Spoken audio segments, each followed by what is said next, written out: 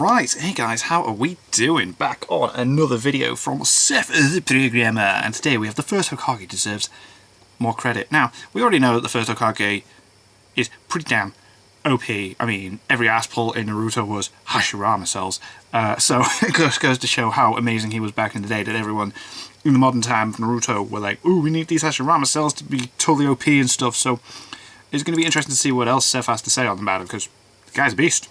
But let's see this. Epic. Cool. Hello everyone, it's your host, Hi. Seth Programmer, and today we're going to be doing another Hokage breakdown video. Alright. I know a lot of people are questioning this one, but this one is being made due to high requests and because I made a breakdown on the second, third, and fourth Hokage. Makes sense. Yeah, they're all really good videos. CEO of racism. Hashirama Senju is a bit stronger than people thought as well, and maybe give him a little bit of credit on his journey, which a lot of people underestimate. I saw a lot of people say, the second Hokage was the best, which, that's contentious. People debate about it, but a lot of people seem to downplay the first Hokage's influence on the shinobi world and what he actually went through to get where he was. Yeah. So this is hard considering Hashirama is just a blatant, huge wood tree arm ooga booga man that slaps Ooga around booga every man. tail beast on screen whenever he's shown. Yeah. And literally Sun's the pretty He's much a main beast. antagonist of the series, but regardless, I think I have some pretty interesting insight for fans of the character that you may have never thought of regardless. That out of the Interesting. way, if you're a fan of Naruto and talks like these, I'd recommend liking and maybe Definitely subscribe to Maybe Zef's it's a channel. long thing. Jeez. If you're not already, what are you The doing, first thing I guys? want to talk about is something I actually find needs to be talked about a lot more in the community than you would think, and it's surprising what people used to downplay Hashirama. I know, downplay is not something you'd think you'd hear, but it's actually a thing. This downplay tends to be concerning Hashirama's death. So, before we go and prove how powerful he is, let's first prove he can go beyond this little hurdle Oh, okay. here, that being the Cool. potential of him being killed by Kakuzu of the Akatsuki. This theory is often theorized since we never hear how Hashirama exactly died, and it's implied Kakuzu faced him. Kakuzu said that he managed to get away from him, yeah. No longer being around sort of implies Kakuzu did good, right? Well, not exactly. Oh. The problem with Kakuzu is that we unfortunately never got to explore his story and lore in the main manga materials due to pacing constraints, but his lore is actually fully described in the data books, where Oh, it's okay. described nowhere else. The impetus that got Kakuzu to find a way to cross through time was around the dawning of the hidden villages, just as they were being formed. One of the elite of the village hidden in the waterfalls, Kakuzu, is assigned to a mission to assassinate the Oh, okay, cool, Hokage cool, cool, cool. Hashirama. However, he suffers a loss in the face of a wood-style hijutsu, or secret jutsu, and escapes. Right, so he didn't kill him. Barely makes it out alive. When he returns to his village, he is showered with dishonor and severe punishment. Oh, damn. Bitterly angry over this unfair Bit much, considering who he was fighting. For his village, Kakuzu breaks out of his cell. He takes with him the village's prized forbidden jutsu and the hearts that he carves out of his village's elders. Oh, damn, Basically, right. after facing down against EMS Madara, or Eternal Mangekyo Sharingan Madara, and creating peace, the Hidden Waterfall wanted someone to take down Hashirama to take Konoha down a peg. This assassin Kakuzu It's like they was are, likely grabbed by the ankle by one of Hashirama's they're getting up trees, there. and We then need to, like, bring them down a little bit. one-shotted. Not only did Kakuzu face Hashirama, but he did it before he was even immortal, with Hashirama Oh, whether damn, sparing right. him or only trying to incapacitate him, considering he was rather merciful. Oh, right, and then he He did the waited until immortal after stuff Madara afterwards. attacks Konoha. Jeez. A better theory for Hashirama's death is probably something more akin to a disease or advanced aging. This Yeah. is because, as we know, forced regeneration causes cells to age and the body to die faster. Oh, since okay. The cells in Naruto only replicate so many times before death. So, Hashirama, having fought Madara and Uchiha pretty much every day for years until adulthood, That's gonna put some strain on that, isn't it? Jeez. shortening his lifespan. This theory is supported because despite the fact Hashirama became Hokage, he implies that Tobirama or Madara will be next rather soon, despite Tobirama Hinting that and he's on his Madara way out, actually right. being pretty much the same age as him. Another theory as well is that he got the chakra illness, which inflicted both Hagoromo and Naruto in only maybe his 20s or early 30s. So, of course, if Hashirama got inflicted with this disease, it might have taken him out as well. But I like the aging theory more. With that meme out of the way, we can get into more of the actual scaling of Alright, Hashirama's how story. strong Before you is become this what beast? Madara, Uchiha, and many other would refer to as the ultimate shinobi, Hashirama was a youth fighting in the warring states of the shinobi world. During their battles against the Uchiha, the average life expectancy was reduced to 30 years old for both shinobi and citizens alike Damn. during this time. However, this was mainly due to children being thrown into life or death battles against Okay, clans yeah, that kept it makes being sense. so low, with the Whoa. prime example being Hashirama's brother, Kawarama Senju, dying at just the age of 7 at the hands of the Uchiha and Hashirama clans. This would cause Hashirama to more adamantly question the state of the world around him. Like, why?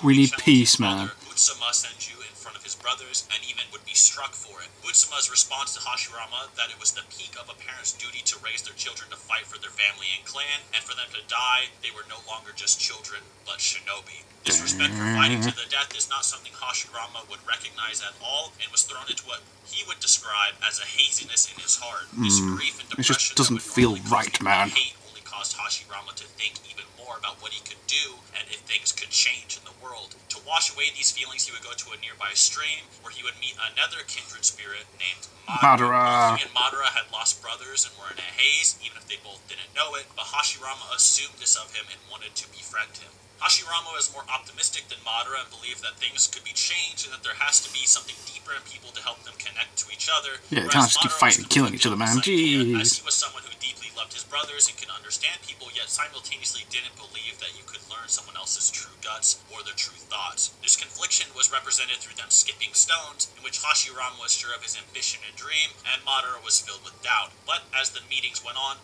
Madara would eventually start to agree with and befriend Hashirama, and eventually his stone too would reach the other side of the stream. However, Madara would still have a degree of distrust, his brothers being lost one by one. He didn't have many that could understand him. This is somewhat symbolized by Madara not being comfortable with people standing behind him. Yeah, he hates that. Yeah. He could trust or lead. Funny that, how he went out.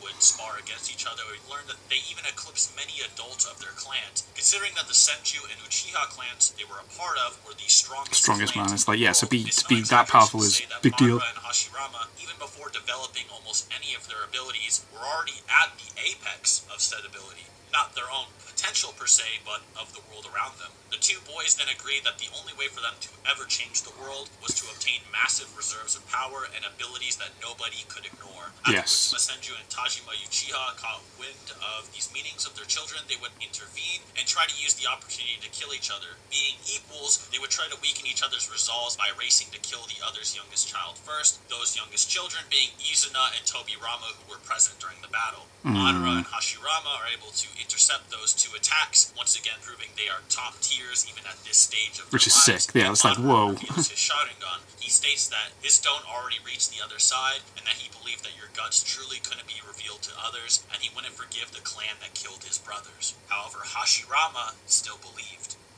Hashirama still believed it, trained and honed his powers and abilities to their apex, with Madara being absorbed by darkness and hatred that swelled his ocular powers to their limits. Hashirama fought Madara and the Uchiha day after day until Izuna was faithfully defeated by Tobirama. This would be a turning point for the war, and many Uchiha began to actually give up on these wars. It's like, we can't keep doing this, we're gonna die. Izuna's death would confer hate onto Madara, and he wouldn't accept peace just yet. He still didn't believe you could see each other's guts. Madara would eventually return with the eternal Mangekyo Sharingan, also known as his brother's eyes, which he implanted into himself, and the perfect Susanoo. And in a battle that lasted an entire day, yes, that's a hit lot. by Hashirama and hit the ground on his back for the first time. Hashirama once again pleads for peace and begs Madara to try and read his guts. Madara, true to his words when they were kids, doesn't believe there's a point in showing your guts to those that have killed your brothers and family, and mocks Hashirama by saying to kill himself or his brother right in front of him.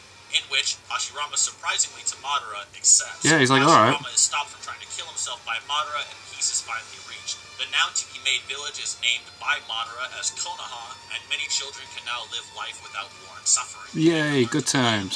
Good times. Death day by day. The rest of the ninja world would also agree, although one of these new villages would send a certain assassin to go beat up by Hashirama. In talks of becoming the Hokage, Tobirama explained how only Hashirama could be Hokage and that nobody would follow Madara like they did him. Tobirama then confessed negativity of the Uchiha despite peace being around, which Hashirama tells him to shut up about, but Madara was listening the entire time. These talks only reinforced Madara's opinion that this peace was only simply quiet conflict that would explode one day, with the Senju asserting too much dominance and authority over the Uchiha being on the horizon. After foreseeing this eventual downfall of the village and realizing the contradictions and duality of shinobi, Madara left the village and began to plan for the infinite Tsukiyomi to create a world world without the shinobi duality, and of course, his faith in Hashirama. I will create my own type of peace. Hashirama would have ever killed Tobirama to actually prove his guts to him. There would be no more desire for conflict with the infinite Tsukuyomi. There would be no losers wherever there would be winners. No cycle of hatred. Everyone's the same. Positive utility and well-being in the world would remain. These dreams of the far future would cause Madara to collect the Nine Tails and challenge the Hokage to a battle. Hashirama was a peerless and ultimate shinobi, but against Madara and the Nine Tails at the same time, tough fight. this might prove different than a normal encounter.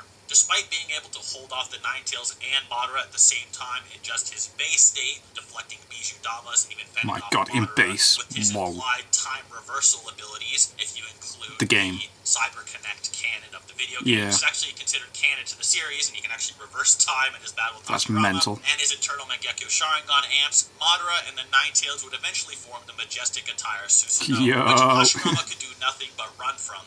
Almost seemingly mock Hashirama, Madara would blast a Bijou Dama from one shore to another and say he's already reached it. This is in reference to them skipping stones as children, and is Madara displaying that he is sure in his beliefs and unconflicted to battle Hashirama. Hashirama acknowledges this claim and unleashes the Sage Mode, creates the 1,000-armed statue, and in a pitch fight is able to subdue the Nine Tails and rip apart the Susanoo. During the battle, Mito Uzumaki becomes the Nine Tails Jinchuriki and helps to take Kurama off of the battlefield, which leads only Hashirama and Madara to their duel. After more fighting, Hashirama eventually catches Madara by surprise and stabs him from behind. Yep, there we go. Madara being caught from behind is symbolic, as it represents always that hated Madara having people do that, Hashirama and never expected him to stab him from behind, but Hashirama had to change, and he wanted to do what he had to protect do, his man. team, even if he had to sacrifice others to do it. This very duality is what Madara feared, but Hashirama could not see that. Unfortunately, though, it was too late. Hashirama would then create more world peace by distributing an equal power to all of the new villages and end all of the minor conflicts of the world, being hailed as a god of shinobi. Before dying, he would entrust his will of fire onto the next generations to try and protect and build up the dreams he and Madara had when they were younger. This is Hashirama during his life from what we know, but as we know, Hashirama has more direct comparisons to the next generations as well when he is reanimated. Yeah, like he's still on par with a lot of them, eh? Viewers. When reanimated as a zombie with barely any of his original power or personality, he is forced to face off against Hiruzen Sarutobi, the third Hokage. Such a cool fight, man. Orochimaru. Hiruzen is an older man who Hashirama once conveyed his will of fire onto when he was younger, but this Hiruzen, even when an old man,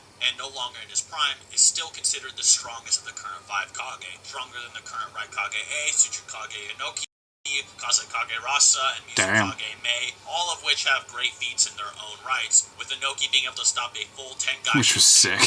And then he drops a second one. Relative to Rasa, give or take. The Raikage scaling to be even more powerful than a Meat-Tail's perfect Jinchuriki, and so on. Even as an Edo Tensei himself, Hiruzen is shown directly even scaling above the entire Shinobi Alliance, and is shown facing down against Guru Guru Zetsu, pretty much by himself. Guru Guru Zetsu being a force who destroyed the entire Shinobi Alliance in the 5 Kage pretty much single-handedly. So the fact that Ultra Zombie Hashirama, who was in a very bad and amateur Edo Tensei, could actually fight him, to whip around and give Hiruzen a hard time in just his base is extremely telling and shows just how powerful a force the last generation used to be. In this fight, Hashirama also displays a genjutsu called Bringer of Darkness, which is basically an anti-Sharingan genjutsu that destroys all visible eyesight. It kind of makes you wonder how a character like Itachi or Shisui would be able to actually paired against him. Conditions. Of course, a character like Kakashi or Hiruzen have an insane sense of smell or senses and can kind of fight through it, but other characters might be more hard-pressed by that simple trick alone. You'd be a little bit surprised, let alone Hashirama's already pretty much peerless power on top of that. Hashirama, on top of this peerless power and a decent genjutsu, also has insane regeneration that rivals or surpasses even Tsunade's 100 healing technique, with him being able to heal without even weaving hand signs. He's also able to regenerate his chakra and power through Sage Mode, given enough time, on top of being able to fight an entire day against someone like Uchiha Madara, someone who Kabuto and Dan Kato thought only Hashirama Hashirama could ever hope to face. Hashirama is then reanimated again by Orochimaru, but with a far superior summoning method, and is more able to use his abilities than before. Although not perfect, he can use a good portion of them. Hashirama, once revived, creates a Crimson Ray barrier alongside the 2nd, 3rd, and 4th Hokages, with this barrier being mainly powered by Hashirama, considering he is the strongest at this point in time, considering he was peerless to the 2nd Hokage, the 3rd Hokage is nowhere near his prime, even when reanimated, and is stated by Iruka to not be above the other Hokage now that he is old, debate aside, and the 4th Hokage Minato being shocked by Hashirama's powers in base, being able to almost destroy and obliterate a house by simply his aura alone. Yeah, it's just my presence is just immense. By him. So this Crimson Barrier that can withhold a Bijou Bomb from the Ten Tails is pretty much within Hashirama's pay grade. On top of this, Hashirama shows a new technique, the Deity Gates, which can even suppress the Ten Tails entirely and survive attacks from it. Eventually, Hashirama meets the Ten Tails Jinchuriki Obito and admits he is stronger than him, but it isn't that simple yet. We'll get into that later. Before that, Hashirama must face down against his old friend Madara. Damn, we meet again, friend. The new power-up, Hashirama Cells, and the Renegon on top of an extremely refined Edo Tensei, probably more refined than his. Not only does Madara have a ton of new power-ups, but Hashirama has many clones roaming the battlefield to help the Shinobi Alliance, which is referenced as a direct nerf to the original's power, confirmed by both Tobirama and Madara. So not only is Madara comparatively at a higher advantage, but Hashirama is now nerfed. Despite this, Hashirama and Madara fight down to the wire, with Hashirama not being strong enough to use his 1,000-arm statue in his Edo state, at least from what we know. Eventually, Hashirama's chakra is drained out of Sage Mode, and he is forced to face off against Madara only in base. God. Despite this, he still restrains Madara and finds still manages to do stuff, man. He still goes at it. It's sick. Using wood style. With the help of Naruto, he is able to turn the tides, or their stalemate, or pseudo-stalemate, for good, and fully suppresses Madara under his Deity Gates. This is interesting because it makes you wonder, surely Madara will be stronger with his actual Renegon and living body, as it's implied when he's actually revived and easily busts out of Hashirama's gates. Hashirama seems to imply he's getting stronger now, so what I'm pushing forward here is that perhaps it's possible that before his death and when he mastered the Deity Gates, Hashirama became quite stronger as well, not only just Madara. He didn't just stagnate after Madara's supposed death, enough to potentially rival a double Renegon Madara if they were both alive. Considering blind alive Madara might be stronger than Edo Madara with both Renegon, and Edo Madara thought that with Sage Mode he could potentially take down Ten Tails Obito, it's not in the realm of impossibility for Hashirama to do the same. As a reminder, Sasuke and Naruto have very incomplete sets of abilities, Naruto only having half of the Nine Tails and Sasuke having an incomplete Susanoo together. It almost seems like they are constructing a parallel to what Hashirama already obliterated when he was alive and arguably in his prime. So is it possible that Hashirama when he was alive could have taken down the Ten Tails Jinchuriki? Yes, it is definitely possible. Considering Madara thinks it's even in the realm of possibility when they are Edo Tensei, this is also somewhat. So yeah, so if they were alive then and not nerfed, then surely that's believable. Have a direct hit. Since the Ten Tails didn't have a resistance to Senjutsu being Hashirama's pretty much literal name. Madara, of course, has many feats that would scale to Hashirama, such as manhandling the Never thought of that. effort, launching meteors from outer space, destroying all 5 Kage at the same time, casually destroying Edo Tobirama in an instant 1v1, easily murdering Sasuke, Naruto, and all the tailed beasts by himself at the same time while nerfed, and so forth. Honestly, with all of this in mind, it doesn't make me surprised that simply having Hashirama's cells on your body would give any shinobi a massive like I said, like everyone wanted those cells, man. And would bring everyone who did them to an insane levels of status and power, basically carrying people like Obito, Uchiha, Orochimaru, and Danzo throughout their careers. It's literally a verse that pretty much struggles with just slivers of the Nine Tails power, and here you have Hashirama pretty much bullying the full thing.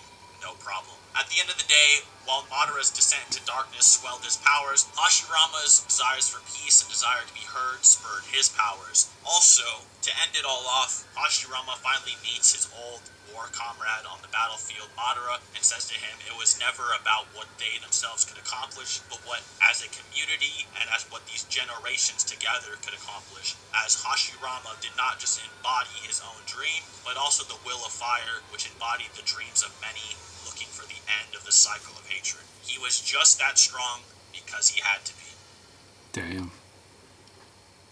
That was a good video. That was cool. That was awesome.